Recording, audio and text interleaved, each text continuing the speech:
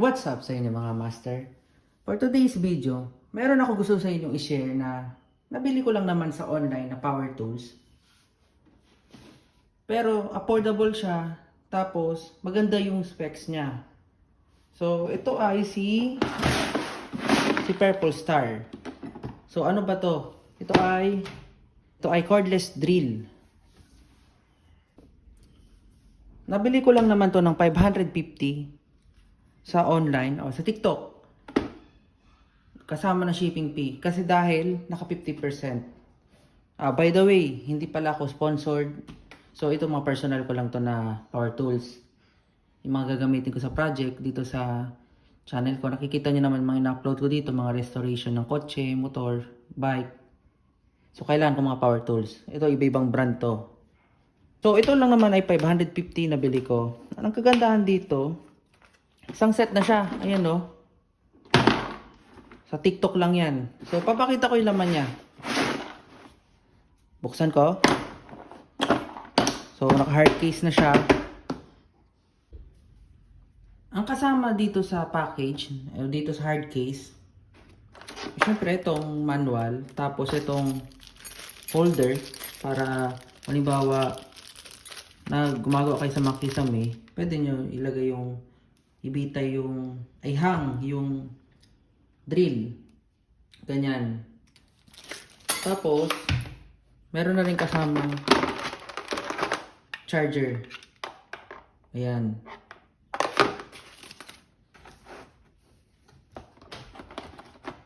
Meron na rin kasamang adapter, yung flexible. Ayan. Kung alanganin yung mga area, mga angle niya hindi alanganin. So ito yun, pwede magamit. Tapos syempre, meron na rin kasamang tatlong drill bit na pangkahoy. Meron na rin kasamang drill bit na pangbakal. Meron din na kasamang isang adapter, ay isang socket. Magnet type. May kasama ng tatlong Philip. Iba-ibang size. Depende sa size ng ulo ng screw. Meron din tatlong flat screw. Iba-iba rin yung size niya. Depende rin sa size ng screw. Siyempre, meron na kasamang mga socket. Ito yung mga number niya. May number 12. Number 10, number 8, 7, 6, 6, 5.5, 5.5. So napansin ko pala doble yung 6 and 5.5. Hindi ko alam kung namali lang sila or talagang ganito yung ginagawa nila. Dinodoble itong dalawang number na to. Pero anyway, ang importante sa akin, yung drill mismo, wala naman ako pakita sa mga accessories. Ipapakita ko rin pala itong drill nila. So ito yung drill nila. Meron na siyang battery na 36 volts. Ayan. Ganyan lang ang may kasama ng battery 36 volts. Ayan. Ganyan lang pagbaklas. Pagkakabit nyo. Pagkakabit. Ganun lang din. Same. Pa-plug nyo lang. Medyo mabigat. Mabigat yung drill. Parang tapos meron na ditong rubber para hindi madulas pag hindi masakit sa kamay. Pag plastic niya is hard plastic. Yun ang nagustuhan ko dito, hard plastic siya. Tapos yung torque niya mukhang malakas naman. Then ang kagandahan pa dito, meron siyang lagayan ng screw bit. May dalawang screw bit na lagayan. Tapos, ang kagandahan pa dito is may hammer function na siya. Imagine, yung mura lang siya pero may kasama ng hammer. Ayan. Ayan yung mga function niya. May kasama na rin na level. So, ito yung drill ni Purple Star. Nasa 500 plus lang. Pero dahil nakuha kong sale, nakuha kong 550. Pero siguro, original price na is 700. So kung makakabil yung 50%, makakamakuha nyo rin ng 500 plus. Ayan. Sa 500 plus, ito na yung lahat ng kasama. May isang battery, meron ka ng mga socket wrench, meron ka ng itong mga screw bit, drill bit, flexible na adapter, sa itong magnet type na socket, may charger na. Para sa mga baguhan or mga nagsisimula pa lang na nagdi-DIY, sulit na to. Pero, syempre, itong mga libreng accessories, hindi naman to yung ganun ka-quality pa. Syempre, huwag kayo mag-expect dito ng 100%. Kasi libre yan eh. Dapat ito yung pinakamatibay. Yung mismong drill, tas yung charger. Kasi ito, pag mga medyo heavy ni trabaho nyo, kailangan nyo na mag-upgrade. Hindi na to tatagal. O sa mga light na trabaho, malaking tulong na to. Lalo kung kulang kayo sa gamit. Mga kahoy, mga manipis na bakal. So, need nyo mag-upgrade ng mga ganitong klase ng drill bit. Ito yung screw bit ko. So, kukuha lang ako ng isa. Hindi ko na lahat testingin yung lahat ng sukat.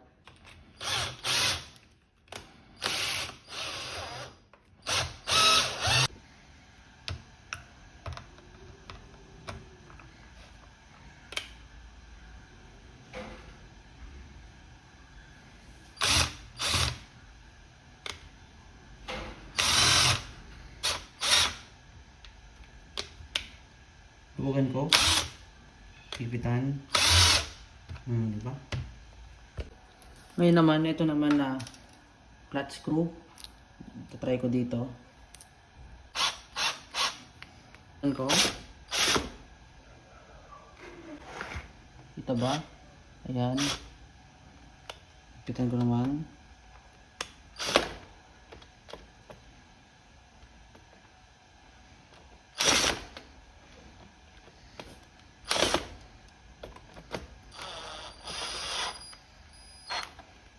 Yan.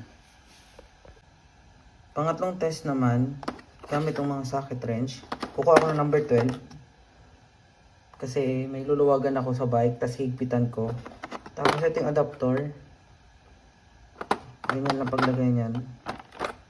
Yan. Socket wrench. Tapos, open wrench. Luluwagan ko tong bolt.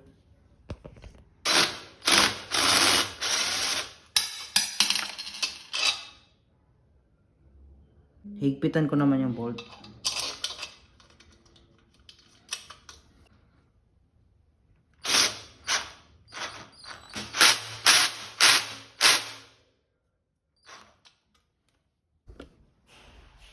Gamit tong pangkahoy, pipili lang ako ng isa. Bubutasan ko tong kahoy. Itong pinakamalaking ginamit ko.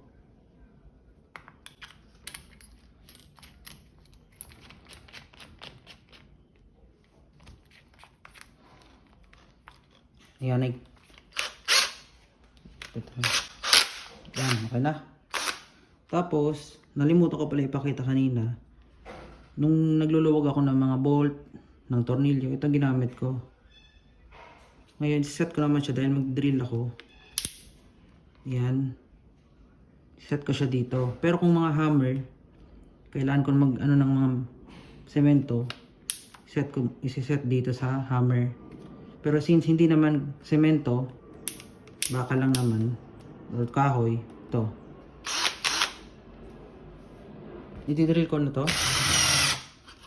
Yan. Okay. Yan, bubutas ulit ako, isa pa.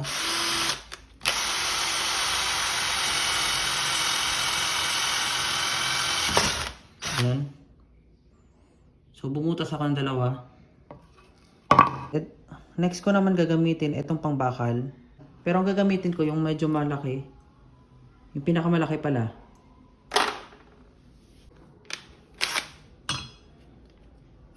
So yan, wala pang butas.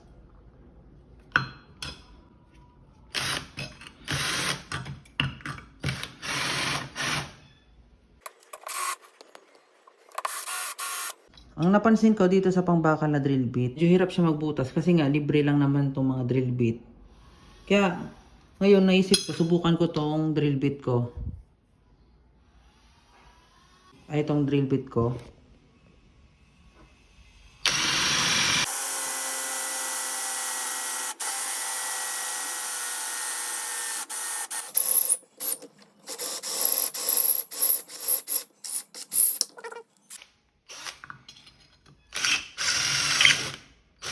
So ayan, nabutas ko na yung bakal. Ngayon gagawa pa ako ng isang butas dito. Gamit ulit itong drill bit na, yung drill bit ko talagang ginagamit, yung mga ink.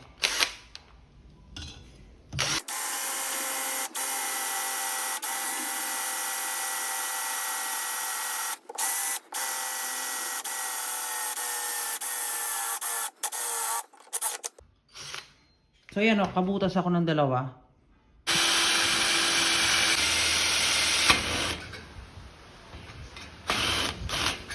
Butas na.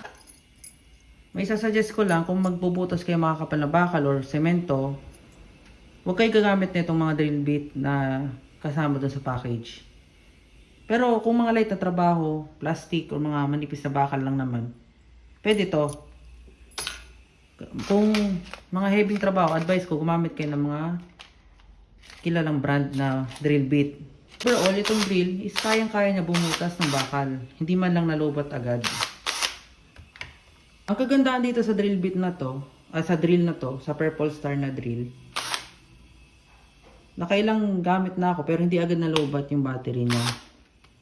Kasi nga maganda yung battery, mabigat to. Meron pa ako ditong isang drill na nabili nung nakaraan, 500 plus din. Ngayon papakita ko anong kaibahan ng Purple Star na nabili ko ngayon. Dun sa nauna kong drill. Ang napansin ko, yung nauna kong nabili, 500 plus din, kulang yung torque niya. Samantalang si Purple Star, 'di ba? Malakas. Tapos, ang napansin ko, yung battery na itong nauna is magaan. Tapos ang bilis malobat. Kaya obligado pa ako mag-upgrade ng battery. Nag-upgrade ako ng mas malaki. Yan o. So yun ang hindi ko nagustuhan dito sa una ko nabili. Pero okay naman, useful naman to. Pero kailangan ko nga ng pangmatagalan pa nagtatrabaho. Kaya ang nagustuhan ko dito kay Purple Star, mabigat yung battery niya. Tapos matagal malobat. Kasi na-testing ko na to bago ko videohan. Trinay ko na muna sa ibang trabaho. Okay naman. So yan. Tapos kung mapapansin nyo, ang lakas ng torque niya, samantalang itong nauna ko nabili, kulang. Tapos ito pa, ang kagandahan kay Purple Star, may kasama na siya hammer, 550, di ba? Nag-sale na kasi. Yan, may hammer pa. Itong nauna ko nabili is wala pang hammer. Oh. Di ba? Wala pa. Limited yung, konti lang yung na-offer niyang Dito ko na lang tatapusin tong video na to. Kung nagustuhan niyo tong product na to, ilalagay ko yung link dito sa description para ma-avail niyo tong Purple Star na drill. Tapos pala, hindi ko pala na-mention kanina. Kaya ko to binili na drill. Kaya naisipan ko tong bilhin na drill. Alam niyo naman hindi to masyado kilala si Purple Star compared dun sa ibang brand. Marami tayong kilalang brand dun sa mga online na mas tinatangkilik compared dito. Bago ko to binili, bumili muna ako nitong impact wrench ng Purple Star. So ito yung nasa 1.2 lang. Ang nagustuhan ko dito, maganda rin yung performance niya. Nakapagbaklas din ng mags, nakapagbaklas din ng shock absorber. Napadali niya yung trabaho ko. In-upload ko rin para sa channel yung pagbaklas ko ng shock absorber. Gamit itong Purple Star. Nakita ko nag-sale yung impact drill nila, bumili rin ako. Kasi nakita ko naman yung performance itong Purple Star na impact wrench. Tapos ang maganda dito, mabigat din yung battery niya. Pag mabigat, ibig sabihin maraming, para sa akin, solid yung laman. Compare dito, tamo, magaan. Mas magaan to, tas yung plastic niya is medyo brittle. Compare dito, mas makapal. Tas mabigat. Pero, for me, para mas accurate, mas malaman yung totoong laman talaga ng battery, gumamit kayo ng multi-tester. Doon yung makikita. Tinester ko din naman to. Talagang ano naman yung laman ng voltage niya. Ngayon, mabigat compared dun sa mga iba, mabilis malubat. Yan. Kaya napag-isip-isip ko na bumili rin ng impact drill ni Purple Star. O para sa mga DIYer na baguhan, yung mga gustong bumili ng impact, mga cordless, pero kulang yung budget, ito, mai-recommend ko, Purple Star. Kasi affordable siya, tapos maganda yung performance niya. Maganda yung performance niya, affordable. Kung nagustuhan nyo, ilalagay ko yung link. Kaya na, para ma-avail nyo tong drill ni Purple Star. Tapos ilalagay ko rin yung link ni Purple Star na impact wrench. So, dito ko natatapusin tong video. Peace.